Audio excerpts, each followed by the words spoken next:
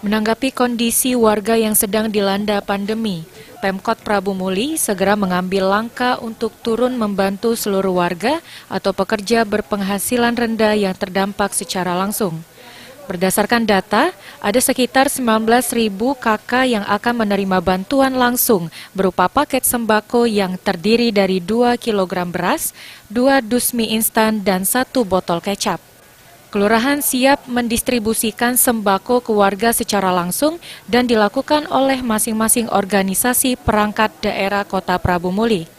Pemberian sembako dilakukan secara door-to-door untuk menghindari kerumunan.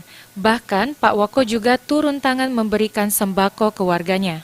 Wali Kota Ridho Yahya mengatakan, pemerintah kota bukan hanya menginstruksikan warganya untuk menjalani masa isolasi di rumah, namun juga memberikan solusi bagi masyarakat, yaitu memenuhi kebutuhan hidup para keluarga yang terdampak COVID-19.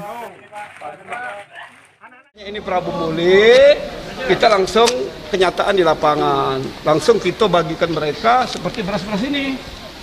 Beras ini tiap warga miskin itu mendapatkan 20 kg beras, 2 kotak mie dan 1 kecap. Insya Allah kalau ini sudah terbagi rata orang miskin, program untuk menyuruh mereka isolasi di rumah, artinya mantap-mantap rumah bisa berjalan. Toh makanannya sudah siap di rumahnya. Ini yang kita sampaikan tempo hari. Seluruh OPD bahu-membahu mendistribusikan sembako ke kelurahan yang ada di Prabu Muli. Rencananya pembagian bantuan ini akan berjalan selama 2 hari. Ridho Yahya juga menegaskan bagi warganya yang belum mendapatkan sembako untuk segera mendaftar ke kelurahan masing-masing.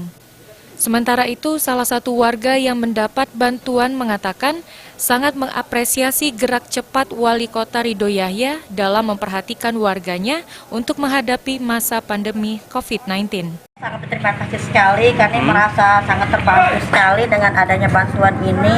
Semoga corona lewat dan tidak zona merah kita tuh hilang sama sekali, karena kami juga merasa merana, merasa sengsara, anak tidak bisa sekolah, kita tidak bisa bekerja, yang bekerja juga kita merasa was-was, jadinya minta doa kita bersama-sama untuk corona itu menjadi hilang lah.